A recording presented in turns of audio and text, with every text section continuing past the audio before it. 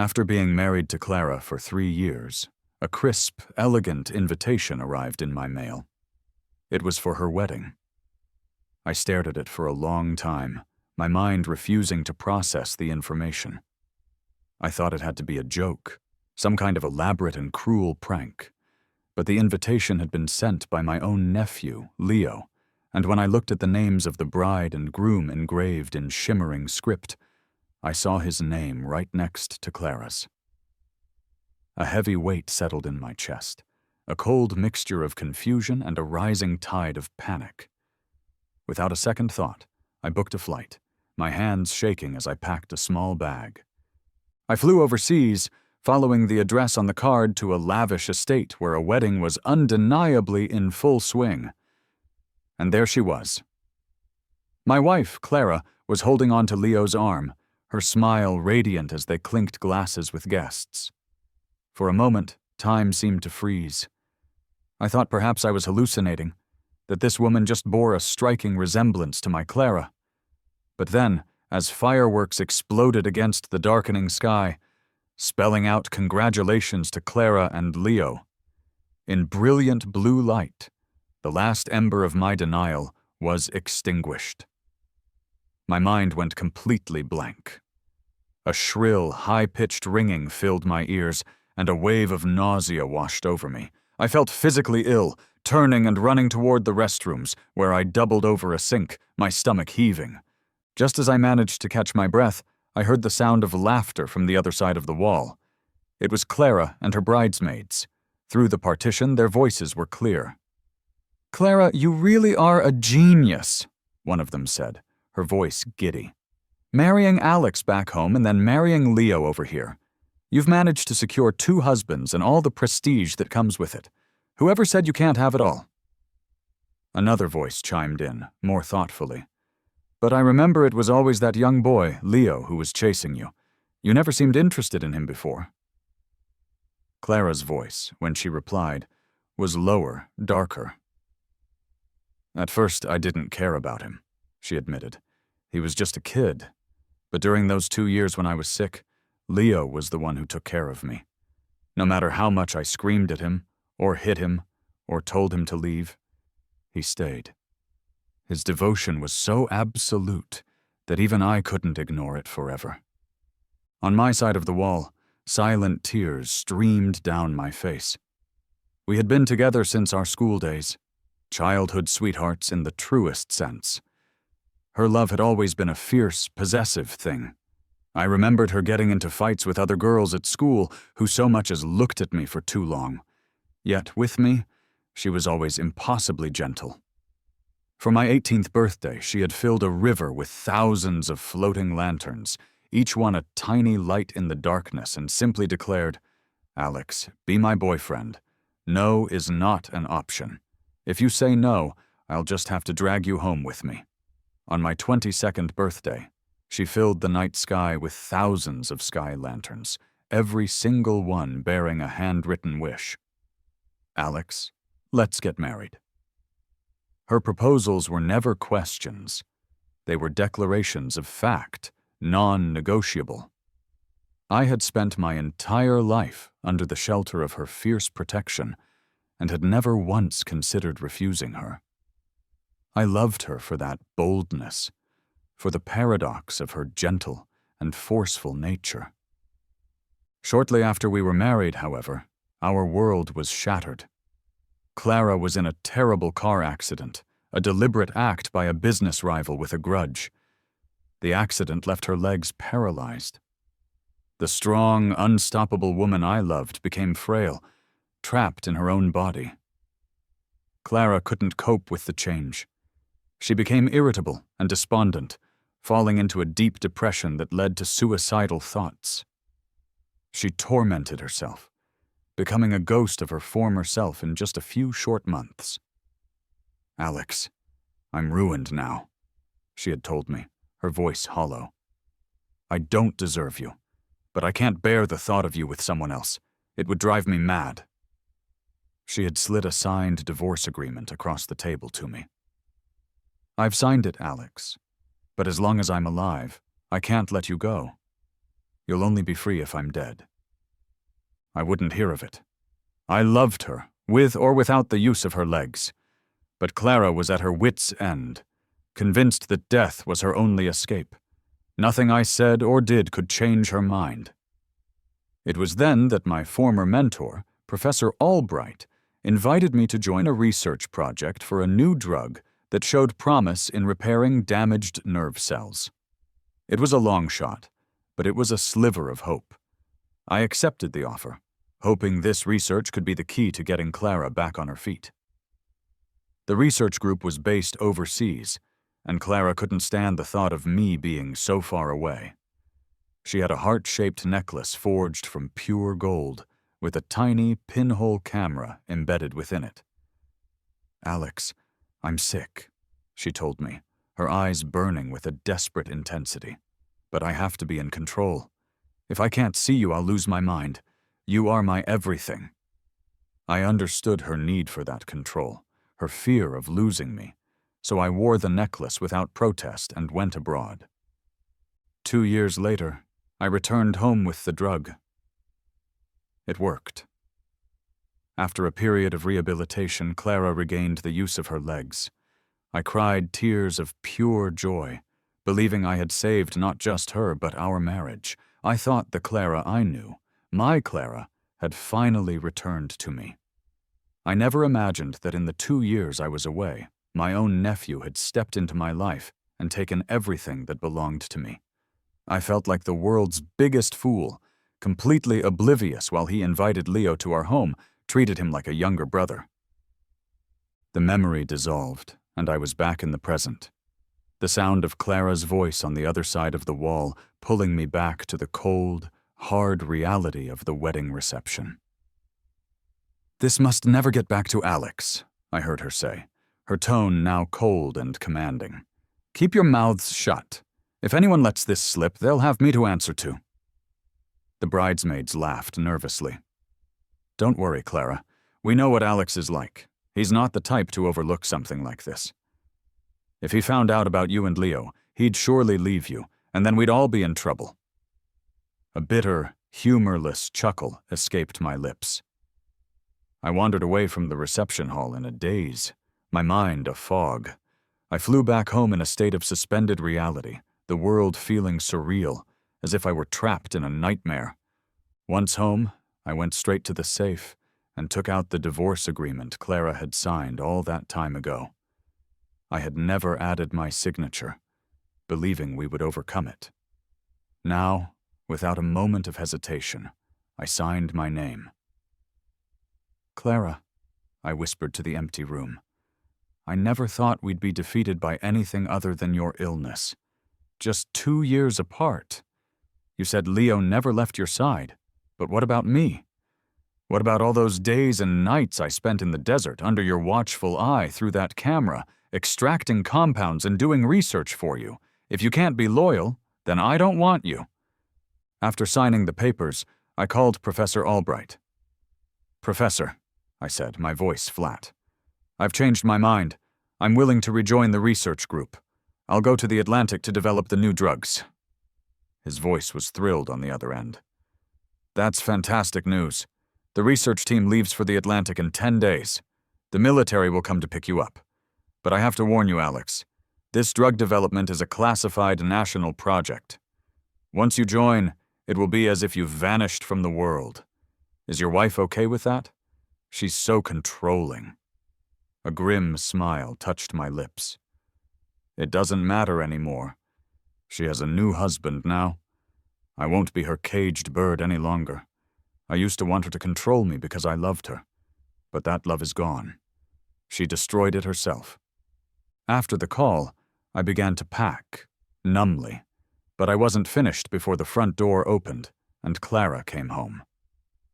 "Alex, why is the suitcase out? Are you going somewhere?" she asked, a frown creasing her brow. "Where are you planning to go? Why didn't you report to me first? I'm only gone for a week on a business trip." "And you're already planning to leave without my knowledge?" I kept my eyes lowered. "Do I not even have the right to go out?" Her tone softened immediately.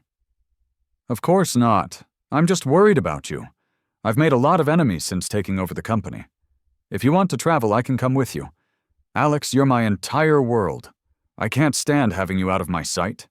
I said nothing, but I thought to myself, too bad. In 10 days, I'll be gone from your world for good. "I just got back from my trip, so you're not going anywhere," she said, taking the suitcase from my hand and kissing me softly. "I have a surprise for you. It's in the rose garden." Every time she returned from a trip, she would bring me gifts and hide them around the house, watching with fond eyes as I searched for them. It was a game we used to love, a ritual I once eagerly awaited. But as I walked toward the garden, Leo came running over, grabbing my arm. "Uncle Alex! Aunt Clara told me to come. She said she got me a gift too, hidden in the rose garden. Come on, let's go treasure hunting together," he said excitedly. What used to be our private game now included him. The discomfort must have been plain on my face because Clara gently chided me. "Don't be so petty, Alex. I missed Leo's 18th birthday yesterday, so I wanted to get him something." In the end, Leo found a small pile of gifts. I found only one. A watch, its face adorned with a single blood-red diamond. "You're the best at finding things," Clara said, her eyes filled with a deep tenderness meant only for me. "Even though it's just one, it's the most precious." Jealousy flashed in Leo's eyes. He pouted. "Aunt Clara, I want that one too. I'll give all my gifts to Uncle Alex if you'll let me have the watch." I said nothing, just looked at Clara, waiting. After 3 years of marriage, I wanted to see where I stood. After a moment of hesitation, she took the watch from me and handed it to Leo. "Alex, we're celebrating Leo's birthday today." "Let him have it. I'll buy you an even prettier one another day." My heart sank. I shrugged her hand off me and walked away. "I only want something that is uniquely mine. If you've given it to someone else, then I don't want it. You're the same, Clara. You should have belonged only to me. If you also belong to someone else, then I don't want you either." That night, Clara left a new gift for me, but I was done. Without even looking at it, I walked outside and tossed the box into the swimming pool. As it sank, Leo immediately dove in after it. He made a show of searching for it, but the pool water was clear and the gift was large and easy to see. He stayed in the water for nearly half an hour, shivering dramatically, only climbing out when Clara came downstairs. "Uncle, please don't be mad," he said, holding up the dripping gift. "I don't want the gift Aunt gave me yesterday. You can have both, just stop being mad at her." He was soaked, and Clara's face became a mask of fury. She rushed over, grabbing a blanket and wrapping it around him. "Are you insane? Jumping into the pool when you're sick?" she scolded. "You've always been afraid of the cold." Leo looked pale and weak as he collapsed into her arms. "Aunt Clara, don't scold me," he choked out. "I just didn't want to see you and Uncle Alex fighting. I want you to be happy." Her expression softened into distress, and her gaze, when it turned to me, was full of reproach. "Alex, that's enough. Stop being so jealous. Leo is just a child." With that, she helped Leo into her car and drove him straight to the hospital, leaving me standing alone, my body shaking with a cold rage. She knew all about his supposed fear of the cold, but she no longer seemed to remember or care about the pain I was in.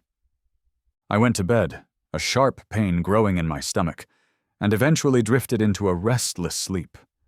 I was woken by shouting from outside. "Fire! The rose garden is on fire! Go put it out!" The garden was filled with thousands of roses Clara had planted herself, each one meant to be a love letter to me. Now, it was burning. My heart tightened, and I threw on a coat, trying to go see what was happening. As I stepped into the hallway, a servant rushing past bumped into me, and I lost my footing, tumbling down the long flight of stairs. I woke up in a hospital room.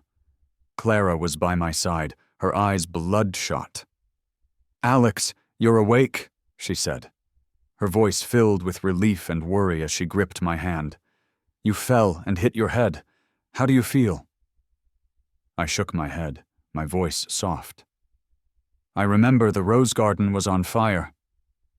Her face turned grim. "It's okay if it's burned, it's burned. If you want, I'll build you another one.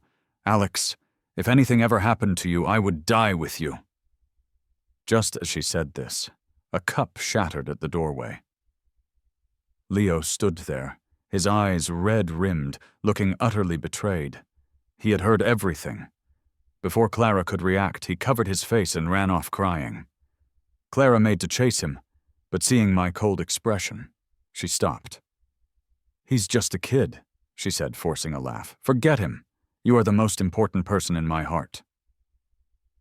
In the following days, she refused to leave my side, dropping all her work to care for me. Then news came that Leo was missing. His father came to the house, asking Clara if she had seen him. Her face went pale with panic, and she immediately marshaled all her resources to search for him. I watched her frantic search with a quiet detachment. I was completely disappointed in her, and nothing she did mattered to me anymore. With her immense power, she found Leo in a single day. He glanced at me cautiously, before choking out his story. "Uncle Alex said I was being unruly and trying to seduce Aunt Clara, so he sent people to take me to a place to learn some manners." Clara's aura turned terrifying.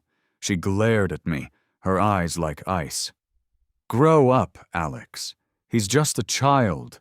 Do you know what kind of place that is? He was tortured there. He almost died." She didn't even ask for my side of the story. She simply pronounced me guilty. In the past, her distrust would have devastated me. Now, I felt nothing. "It wasn't me," I said calmly. "Believe it or not, I'm tired and I want to rest." I turned my back on her. I heard Leo suddenly cling to her, saying he was scared. "Don't be scared, sweetie," I heard her soothe him. "As long as I'm here, no one will harm you." I closed my eyes. By tomorrow, I would be gone. To Clara, all I had left to say was goodbye forever. That night, someone broke into my room. Before I could call for help, they knocked me out with a sedative and pulled a black hood over my head. I was tied up and carried away. When I regained consciousness, my hands and feet were bound. The hood was still over my head, and my mouth was sealed with layers of tape. I was completely disoriented. Had I been kidnapped? Perhaps by one of Clara's enemies? While I was trying to make sense of it, I heard her icy voice from somewhere above me. "Leo, is this the instructor who abused you? Why is his head covered? Take it off. I want to see who has the guts to mess with my people." Leo's voice was filled with feigned terror. "No, don't take it off. I'm scared. He tortured me for a week. Seeing his face would terrify me." "All right then," Clara soothed. "We won't take it off. Don't cry, sweetie. I'll make sure you get justice." Listening to them, I finally understood. It was all a performance. My kidnapping had been orchestrated by Leo, a twisted setup to have Clara herself torture me. A cold sweat drenched my body. Clara's methods of punishment were notoriously brutal. I struggled, trying to make some sound, any noise that would let her know it was me, but my mouth was sealed too tightly. As I struggled, Clara calmly walked over and ordered someone to pin my right hand to the table. She picked up a hammer, her voice laced with a chilling smile. "So, this is the hand you used to whip Leo with?" The next second, she brought the hammer down, smashing my pinky finger. The pain was so intense it nearly made me black out, but she wasn't finished. She raised the hammer again and casually smashed my ring finger, the very finger that had once worn her wedding ring. The pain was blinding, but passing out was a luxury I wasn't afforded. Cold water was splashed on my face, shocking me back to full awareness. "Don't pass out," Clara laughed softly. "The night is still young. I had never known a night could feel so torturously long. The hand I used for my research, for surgery, for science, she personally destroyed, crushing every single finger. When the pain finally gave way to a hollow numbness, my heart was left with nothing but despair. But she wasn't done. She had her men fetch 2 vials of medication. "These are used by intelligence agencies on suspects," she explained, her voice a ghostly whisper. "They amplify pain 100-fold and ensure you stay conscious, no matter what." She injected both doses into me. The pain returned, magnified beyond comprehension. I was on the brink of madness, struggling with all my remaining strength, but it was useless. Her men held me down, tearing my clothes. I had cried until my eyes were dry, yet I couldn't make a sound. "Other than you and Leo, I don't touch men's lower bodies," Clara said coldly. "You'll handle the surgery." She handed a sterilized needle and thread to her assistant. The surgery began. Red-hot steel pierced my flesh again and again. 28 stitches. The physical agony was intensely clear, but worse was the torment of it coming from the person I had loved most in the world. The next morning I was dumped on a deserted street like a piece of trash. The ropes were gone. I struggled to my feet, shakily removing the hood. Just then, my phone rang. It was Professor Albright, asking for my location. The military was sending a team to pick me up.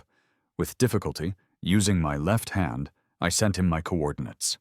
Soon, an off-road vehicle pulled up, and several Special Forces soldiers jumped out. Seeing my condition, even these seasoned men were visibly shocked. "Alex, what happened to you?" one asked. I shook my head, not wanting to talk about it. "Just get me to the base, and when we get there, I want you to erase all my information. I'm dedicating the rest of my life to the project. I'm never coming back." As I got into the vehicle, I received a text from Clara. "Alex, please don't be mad. If you suspect something between me and Leo, I'll send him abroad tomorrow and never see him again. You mean more to me than anything. I love you." Looking at the text, my hands trembled. I suddenly remembered the gold heart-shaped necklace she had given me, the one with the camera. I took it off and handed it to one of the soldiers, asking him to send it back to her. Without its weight on my chest, I felt a profound sense of relief. As the breeze came through the car window, I closed my eyes, savoring the feeling of freedom. "Clara, I could always fly away. It was never your grasp that held me. It was my love for you. And now, that love is gone. You'll never find me again." Clara, meanwhile, was eager to get home to me. My recent aloofness had made her uneasy, and her pathological need for control was sending her into a panic. As she was about to leave the suburban villa where she'd taken Leo, he threw himself into her arms, pleading for her to stay. His performance softened her, and she agreed to stay a little longer. But a seed of doubt had been planted. Has Alex sensed something? She wondered. She decided it was too risky for Leo to stay, and made plans to send him abroad. It was then that she tried to call the head of our villa's security, Sam, and found his phone off. Puzzled, she called another guard, who informed her that Sam had given everyone a month-long vacation. "What?" Clara raged. The guard, confused, explained. "A week ago, you sent a message saying you and Mr. Alex were going on a vacation, and that all staff should take a month off." He sent her a screenshot of the message. Clara stared at it, stunned. She had never sent that message. When she pressed the guard, he said he had tried to call her to confirm, but she didn't answer. Leo had answered her phone instead and confirmed the order. It all clicked into place. The guards, the kidnapping, the timing. It was all Leo's scheme. A week after I had been taken, Clara was finally seeing the truth. She had the guards brought back immediately, along with a pajama-clad Leo. In the living room, under her terrifying glare, he continued to feign innocence until the doorbell rang. A soldier stood there, holding a folder. "A classified document for Miss Clara," he said, requiring a personal signature. Clara signed for it, her anger barely contained. When she opened it, she froze. Inside was the final, processed divorce certificate. I had filed the papers she'd signed half a month ago. Since I was now part of a secret national mission, my copy had been delivered directly to me, and the military had been tasked with delivering hers. My existence, to the outside world, had been erased. This certificate was my final goodbye. She couldn't believe it, grabbing the soldier, screaming questions he couldn't answer. After he left, she tore the living room apart in a rage before her eyes fell on the folder again. She had forgotten what else was in it. It was the golden heart-shaped necklace, the camera. "Someone bring me a projector," she commanded. The footage began to play. She saw me being kidnapped, her heart tightening. But then the scene changed. She saw the kidnappers bring a hooded figure before her. She saw their faces clearly. They were Leo's bodyguards. And then she saw herself picking up the hammer. She heard her own voice. The whole world collapsed around her as she watched herself torture the man she claimed to love. Sam, the head guard Leo had tried to frame, spoke up. "Ma'am, don't blame yourself. You were misled by a villain." His words snapped Clara back to reality. She turned to Leo, her eyes red. He fell to his knees, babbling denials, but she wasn't listening. She took an iron rod from a guard. "You bastard!" she snarled. "I treated you so well, and this is how you repay me?" She swung the rod without mercy. "Alex is everything to me. I would rather break my own fingers than let him get hurt, yet you made me hurt him myself." She beat him until he was a bloody mess, then had her men pin his hands to the table. "Bring me a hammer!" she screamed. "Anyone who hurts Alex, I will repay them 100-fold." That night, Leo's screams echoed through the villa. She smashed his fingers and toes, pulled out his teeth, and sewed his mouth shut. She inflicted every bit of the pain I had suffered, tenfold, upon him. When she was done, she had him locked in the dungeon. "Don't let him die," she ordered. "Once I find Alex, I'll deal with him properly." She then launched a massive worldwide search for me, but it was fruitless. My information had been wiped clean. Stumped, she recalled the Special Forces soldier who had delivered the papers, my only connection to the military. Using her family's considerable influence, she investigated. It took time and resources, but she eventually discovered I had joined a top-secret research project based in the Atlantic Ocean. Without hesitation, she flew there. The base was a fortress, but her family's pharmaceutical company collaborated with the military, and after pulling several strings, she managed to get inside with the title of advisor. I was in the lab, leading a research team, guiding a student on how to extract compounds from a marine specimen when she appeared. "Alex, I finally found you," she cried, running to embrace me. I froze, then pushed her away. "We're divorced, Clara. Keep your distance." Her face crumpled. "Alex, I know you're mad, but I didn't mean for any of that to happen. I didn't know it was you. Oliver tricked me." A sad smile touched my lips. "Hasn't Leo already won? He has you. You two even got married abroad." She looked shocked. You know?" "Yes," I said, my voice flat. "I crashed your wedding. I didn't have any cash on me, so I couldn't leave a gift."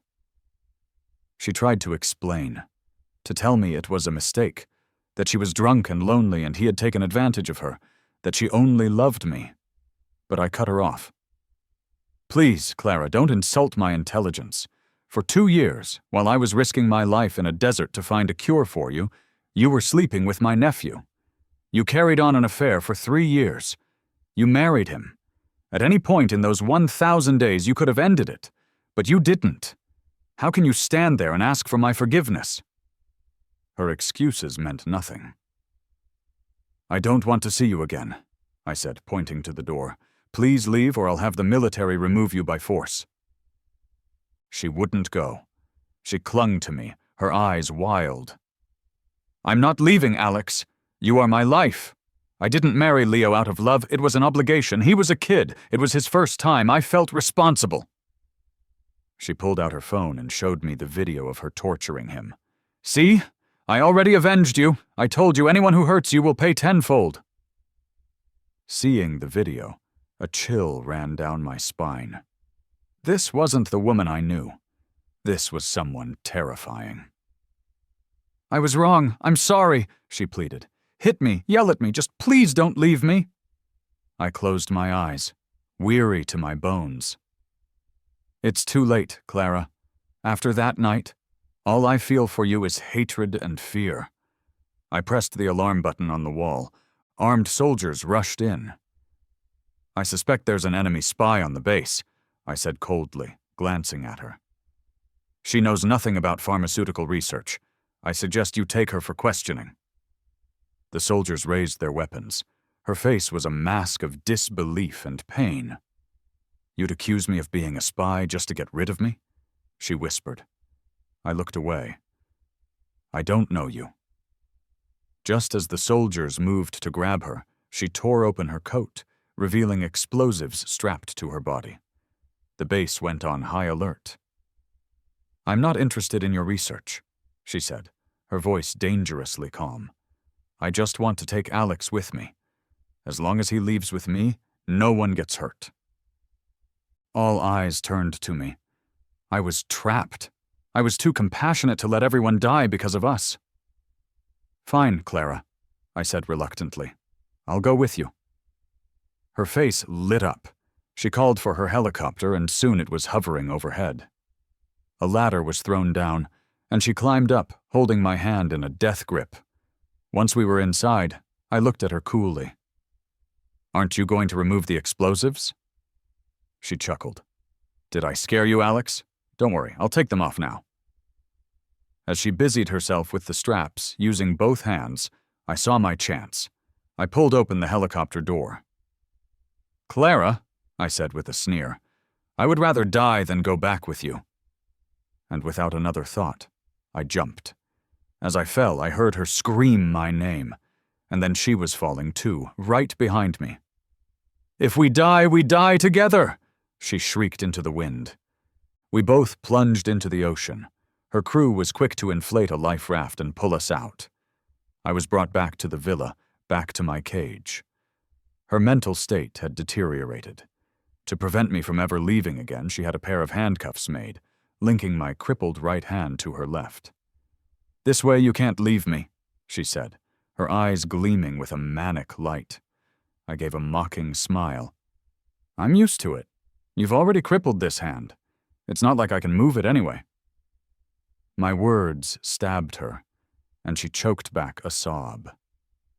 Then she seemed to make a decision. She had her men bring her a hammer. "If I broke 5 of your fingers, then I'll return the favor," she said, her voice shaking as she laid her left hand on the table. Gritting her teeth, she smashed the hammer down on her own pinky finger.